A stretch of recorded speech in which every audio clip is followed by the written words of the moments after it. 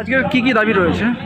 দেখুন, দাবি বলতে প্রথম অবস্থায় বনমন্ত্রী এবং ঝাড়গ্রাম ডিএফওর পদত্যাগ এবং তাদের গ্রেপ্তার চাইছি। কারণ দিন দুপুরে প্রশাসনের উপস্থিতিতে মন্ত্রীর পাড়ায় একটা নৃশংসভাবে একটা মা হাতিকে কী করে খুন করা হয়, তার প্রতিবাদে আজকে সভা। আগে ওদেরকে গ্রেপ্তার করতে হবে, বনমন্ত্রীকে পদত্যাগ করতে হবে এবং পরবর্তীকালে এই ধরনের যেমন হাতির সুরক্ষার ব্যবস্থা হয় এবং মানুষেও যাতে সুরক্ষিত থাকে, ফসলও সুরক্ষিত থাকে, তার জন্য আমরা স্থায়ী সমাধান চাই। আমরা ক্ষতিপূরণ চাই না। যদি না পারবে প্রশাসন সরকার, তাহলে ফরেস্ট ডিপার্টমেন্ট বন্ধ করে দিক। একটা কথা মনে রাখবেন যে বন কমিটির বনের যে টাকা, সেই কাঠ বিক্রি করার টাকায় কিন্তু ফরেস্ট ডিপার্টমেন্ট চলে। তাহলে যদি বন কমিটিকে তার বনটা তুলে দেওয়া হয়, তাহলে ফরেস্ট ডিপার্টমেন্ট রাখার কোনো দরকার নেই, প্রশাসন দরকার নেই। তাহলে আমাদের প্রশাসন দরকার নেই, অপদার্থ প্রশাসন, যদি তারা না মানব সুরক্ষা এবং হাতি সুরক্ষা দিতে পারে। আমাদেরকে আমাদের জল জমি জঙ্গল তুলে দিক, আমাদের কোনো প্রশাসন কোনো সহায়তা লাগবে না। আমরা হাতিকে হাতির জায়গায়, আমরা এতদিন দেখেছেন কোনোদিন কোনো গ্রামের মানুষ হাতিকে মারেনি। আজকে শহরে একদিন ঢুকতে সহ্য করতে পারছে না। এবং বনমন্ত্রীর পাড়ায় প্রশাসনের উপস্থিতি, এই নৃশংস ঘটনা, এটার তীব্র বিরোধিতা জানাই। প্রথমে তাদেরকে গ্রেপ্তার করতে হবে, তাদেরকে পদত্যাগ করতে হবে এবং পরবর্তীকালে হাতির স্থায়ী সমাধান চাইছি। স্থায়ী সমাধান চাই। কিভাবে স্থায়ী সমাধান হবে?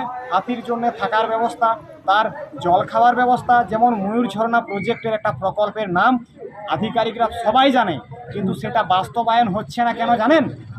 বাস্তবায়িত হচ্ছে না যে কাঁচা টাকা, যে হুলা টিমের নামে যে প্রত্যেকদিন কাঁচা টাকাগুলো তারা সংগ্রহ করছে, সেটা বন্ধ হয়ে যাবে। এই বিট থেকে সেই বিট 50,000, সেই বিট থেকে ঘুরে আনবে এই বিট 50,000। বুঝতে পারছেন গল্পটা কোথায়?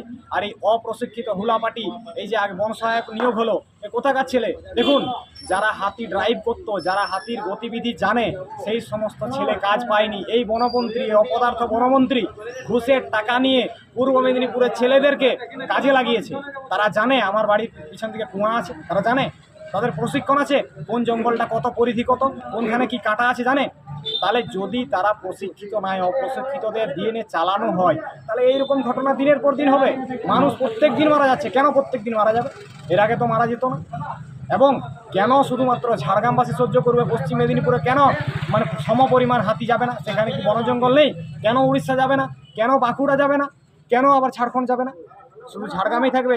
ওই দলমার গতিপথে সেইখানে অভ্র আয়রন সব কিছু তুলে নিয়ে ওই দিক থেকে বোম বাস্ট করে ঝাড়গ্রামের দিকে ঢুকিয়ে দিয়ে, আর হাতি কোনো দিকে বেরাবার রাস্তাগুলো বন্ধ করে দিয়ে, বাহ, দারুণ ব্যবসা চলছে।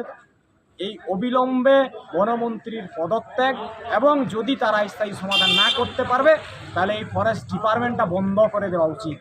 এবং জল জঙ্গল জমির অধিকার গ্রামের মূল নিবাসী যারা যারা বন কমিটি, তাদের হাতে তুলে দেওয়া হোক। তারা তাদের আইন তারা নিজেদের মতো করে পরিচালনা করে নেবে। হাতিও সুরক্ষিত থাকবে, মানুষও সুরক্ষিত থাকবে। আপনার নাম? আমার নাম কল্যাণ মাহাতো।